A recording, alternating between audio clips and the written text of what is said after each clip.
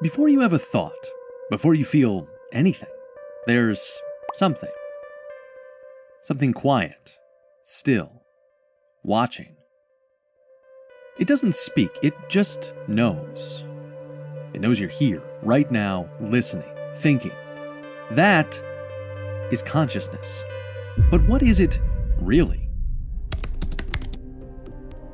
Consciousness is the one thing you're always inside of, and yet we have no idea how it works. Science can detect brain activity, where it happens, when it happens, how it connects, but it can't explain why it feels like anything. Why should electrical signals feel like sadness, or nostalgia, or the color blue? This is what philosopher David Chalmers calls the hard problem of consciousness, and it's a problem no one solved. The dominant view says consciousness emerges from the brain, that if you arrange enough neurons in the right way, the lights turn on. Subjective experience just appears. But consider this. A computer can simulate a thunderstorm, but it doesn't get wet. Likewise, your brain might simulate reality. But why does that simulation include pain? What makes your experience different from a machine? And here's something strange. You can anesthetize a person. Their heart still beats, blood still flows. But consciousness, that quiet, observant thing, vanishes. Like a light being unplugged. Where does it go? No one knows.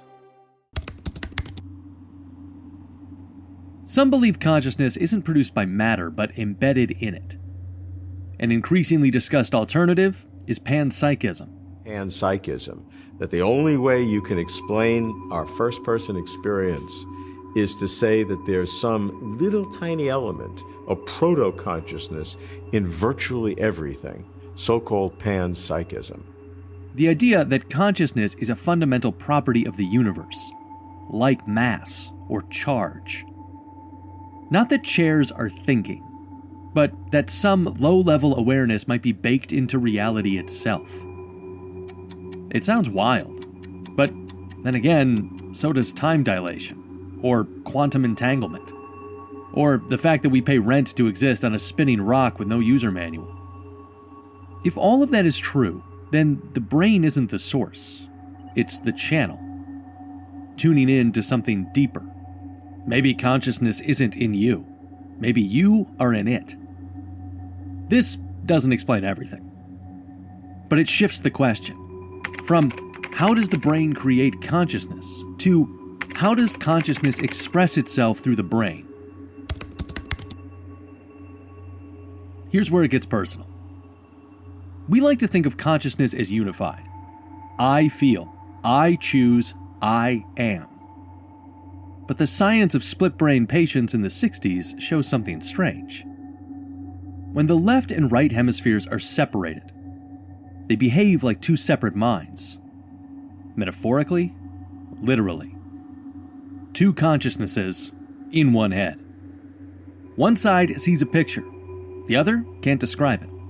One hand zips a jacket, the other unzips it. So now the question isn't, what is consciousness? It's, which you are we talking to? Because maybe there isn't just one? Here's a fun little test. Right now, ask yourself, am I conscious? Of course you are, right? But then ask, who's asking? Because the moment you observe your own awareness, it starts to feel like two of you are in the room. The one having the thoughts and the one watching the thoughts. Which one is you? Buddhist traditions say the self is an illusion. Modern neuroscience agrees. Your memories, they're not records, they're reconstructions. Your story, edited constantly.